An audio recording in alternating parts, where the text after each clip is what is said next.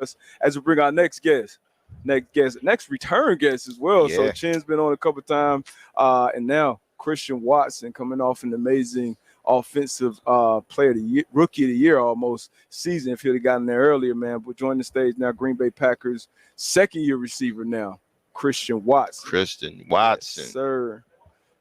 Chin, drop a slide there. Yep.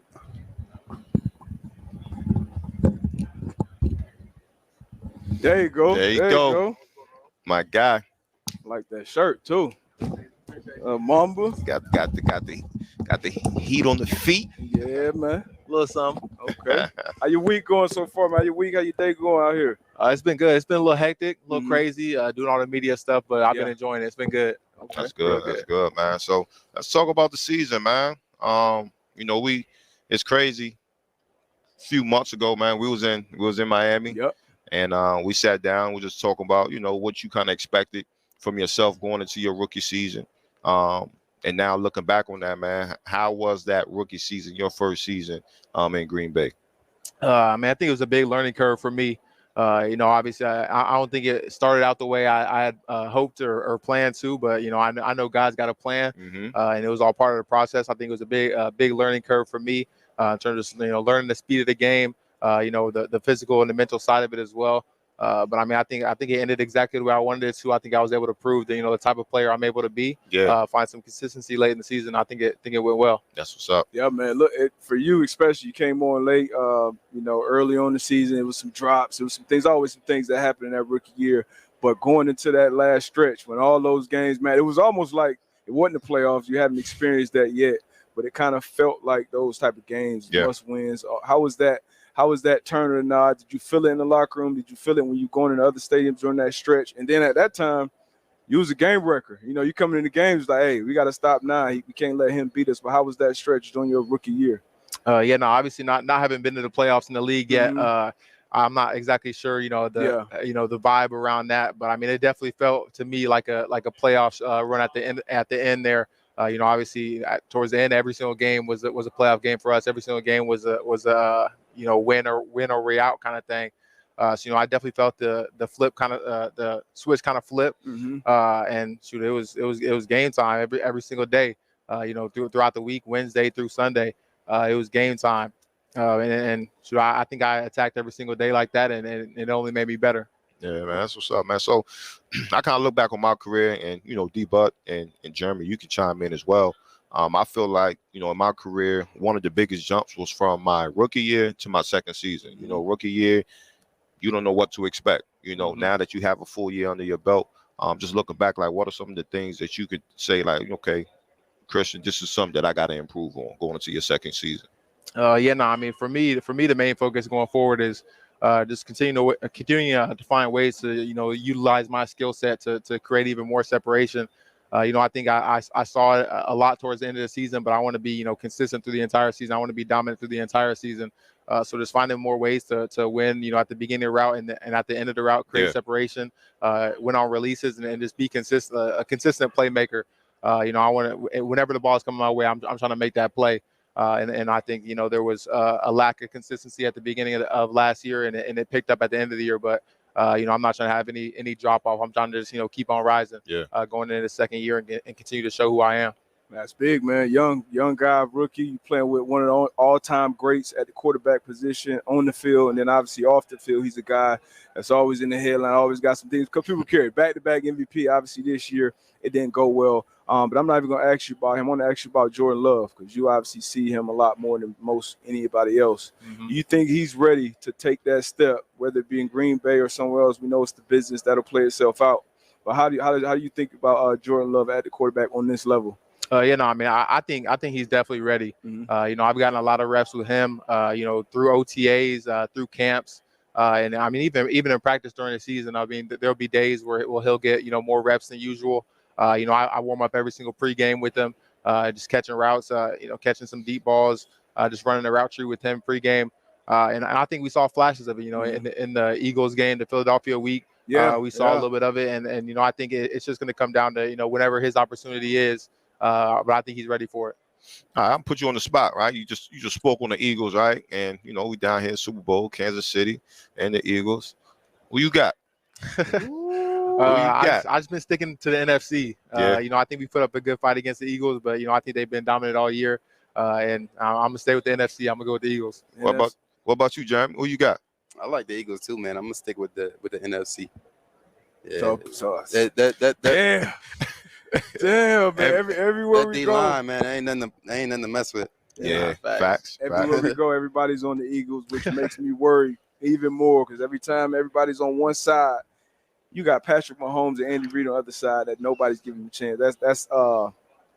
That's crazy. And man. as we all know, you know, you go into a game and everybody is betting against you. Mm-hmm. That just adds fuel to the fire. You know they're in the mirror. Hey man, nobody giving us a chance. We ain't shit, huh? Right. But I'm gonna ask you about Haas, Hassan Reddick, man. Yeah. He a guy who I think should have been in Defensive Player of the Year conversation with what he did, his impact that he has had on the game this year. Yeah. What's your thoughts on Hassan Reddick, being one of his former teammates? I knew how he was coming already. Yeah. I knew what he was capable of. I mean, everybody that played with him did. So I'm excited that he's getting to show it. It's working out for him. So I hope he get a ring this weekend. Yeah. Okay. And go ahead, bro. Go ahead. No, I'm gonna go back to your rookie year real quick, Christian, because you came on the scene where you became one of my favorite anytime touchdown bet. What was your favorite moment from this year and this rookie year, man? We all been through it. That's the longest year you're gonna have. You're gonna go straight from your season. You go to the combine, preseason. It's the longest year. What was your favorite moment from your rookie year, and did you ever hit that rookie wall that everybody always talk about? I mean, I was definitely grateful for the entire experience. So I'm doing exactly what I love. You know, football is my passion and my love. So grateful for it all. But I mean, I think the turning point for me was one of the most exciting points of the season. I think, you know, that week 10 against the Cowboys when I was finally able to pop off a little bit. Yep. I think that was the turning point for me, and I was definitely excited for that. But in terms of shit now. We had Rudy Ford on here too yesterday, who made some big plays in that game. But go ahead, finish. Man. For me, the rookie wall. I mean, I definitely felt the longevity of the season, the longevity of the entire year, honestly. But I mean, for me, unfortunately, I was, you know, out here, you know, back, and then, you know, out again. Yeah. You know, I didn't go through training camp, so I mean the full length of the rookie wall, I don't think I hit, but I definitely felt the longevity of the season for sure. It was crazy. That's what's up, man. So we had the NFL honors last night. You know, Player of the Year, Offensive Rookie of the Year. Were y'all able to tune in any of that? Nah, I didn't see any of the honors last night. Yeah. I didn't watch anything, but I seen clips, and obviously I had my fiance texting me who won every single award, so I was locked in. I didn't get to watch much of it, but I seen clips of it. So speaking of the awards, right? So I think we had a debate not really a debate. We had our opinions as far as Player of the Year. D-Butt, you was with MVP? MVP, yeah, MVP. You was I mean, I was with Hurts throughout, you know, once Hurts went out and got hurt and missed them last two games. And when you look at what Patrick Mahomes has done all year long, even after losing a weapon like Tyreek Hill, where a lot of people was like, you know, what's the offense going to look like now? What's this? What's that? So I'm all on board with Patrick Mahomes winning this MVP. The way he plays the game, I feel like he's kind of entering in that LeBron James kind of conversation where it's like, Bron, by the time he hit year 4 or 5, he could have won. He could have been in that MVP conversation every season. So I think this is the rightful winner. Jalen Hurts, 14-1 this season. He's on the field, wire to wire. He's been unbelievable, but best ability is availability. So I might be the only person in this boat, right? So I get it with the wins. I get, you know, best ability is your availability. But I also think it means a lot, right? When a player isn't there and you see what happens with that team, right? So, you know, like the LeBron effect, to your point. Like when he's on the team, that team is completely better, right? Yeah. When he's not, you see what happens. Yeah. And I just feel like, again, this year, the way Jalen Hurts and the Philadelphia Eagles play, even though he didn't play those 2 games, if he would have played those games, I feel like the outcome would have been different. You know, if was a fifth, fifth, we'll all be drunk, yeah. man. What's your thoughts on the MVP? Who did y'all have going into it? I don't think you can go wrong with either one of them. I mean, Hurts played like an MVP all year. You know what I mean? He played like an MVP all year. I mean, he can do everything. He can throw the ball. He can run the ball. The way he can affect the game. Yeah. I mean, was it year 3? The way, I mean, he figured it out. Year 3, really second year starting. Yep. Yeah, so I don't see. I mean, either way. I mean, Pat Mahomes, you can't say he don't deserve it either. You gotta right? pick, you gotta pick one. Chin. You gotta put that battle. You gotta put their name, put him in the envelope. Who got it? Jalen Hurts. Hey, Jalen Hurts. What about you, Chris? I mean, I agree with what Jeremy said. I mean, honestly, I think both of them, would have rightfully deserved it. Honestly, I thought everybody who was in the conversation could have won it. I personally, I'm a wide receiver, so I was hoping for the miracle of Jay Jettis getting it, a wide receiver getting the MVP for once. But I mean, that's a long shot nowadays. I feel like it's a quarterback. It's gonna be a quarterback every time, unless somebody come out here and do something crazy. It's just too.